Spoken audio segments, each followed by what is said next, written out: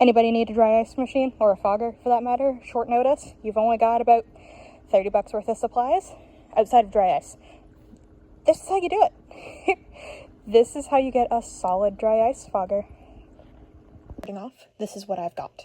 I've got a storage box. These are its dimensions.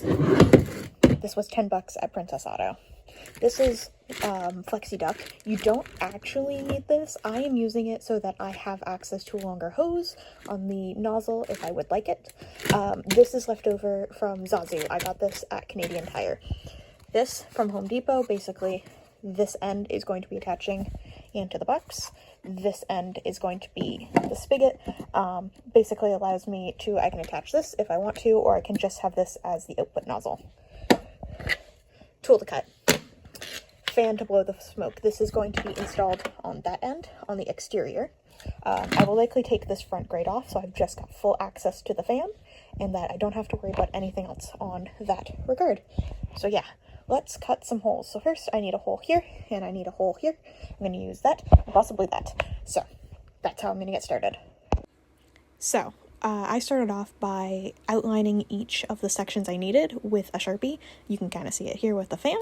And then I basically went around the edges, cut them out. With the fan one, with the circle, I found it was much easier to cut it into quarters and then almost like score and break the plastic than trying to, as you can see, I'm struggling to cut through it.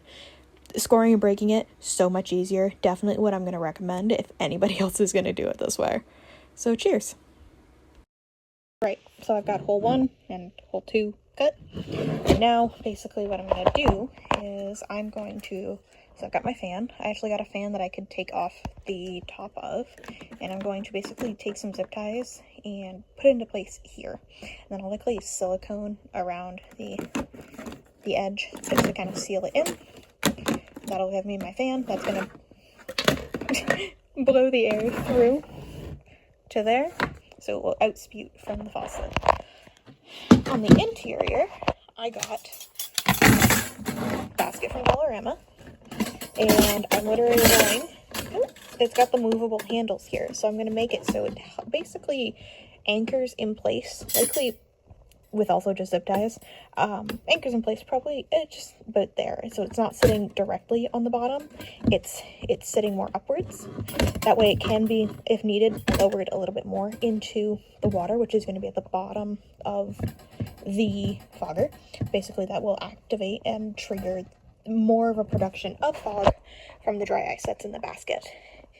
Because pellet sizes vary, I do have another finer mesh that I can put inside the basket if I find that I need it. So I'm not worried about the bigger holes, but also it works out too if I ever end up using it with a block of dry ice. It works out in that way as well. So yeah, let me get everything installed. You ever just have a moment where the temporary solution becomes the semi-permanent one?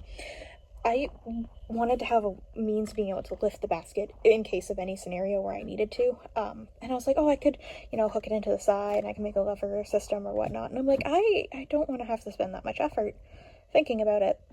So I just tied some ropes to the sides of it. I'll secure them in place, but this allows me to lift the basket as needed. Yeah, they're not super secure at the moment, but I will get some glue around them or something to just hold them in place. Maybe put a bead of silicone around them.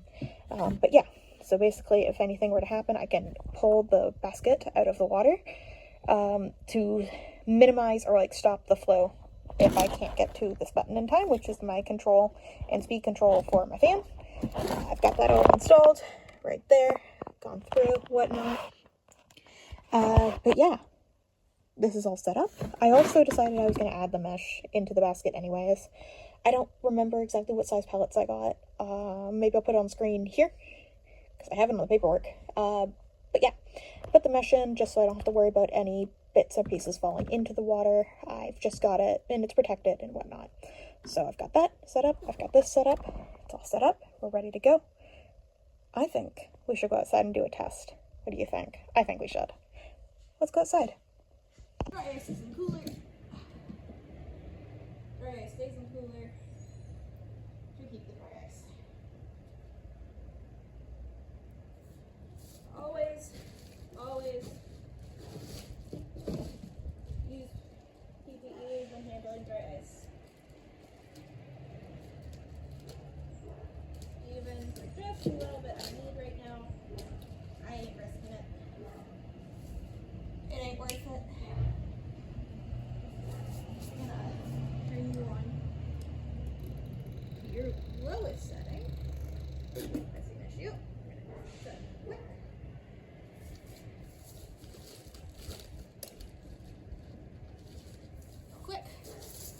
what dry ice looks like.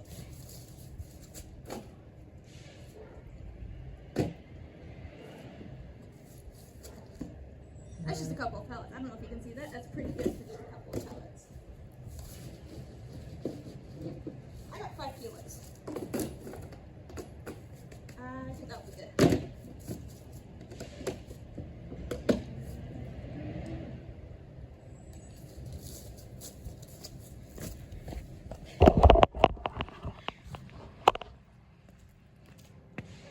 So that's what I'm working with right now.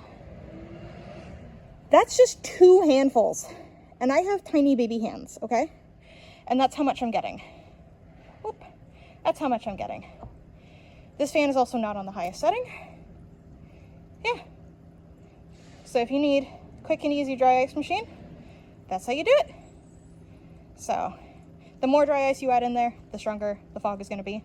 But yeah, that's how you do it. Not a whole lot of fanciness to it. I will get video, though, if I can, of when we throw a whole bunch into it. Sound good? Hope that sounds good. That's how you go about making a dry ice fogger. I've been sitting here for 10 minutes or so now, waiting for this to go out, to the point of where now the kids have gotten out of school. So I'm still waiting for it to completely dissipate.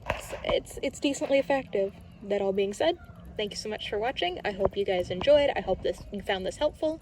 And next video should be out very soon. It's almost done, actually. So yeah, this is Backstage Magic, signing off.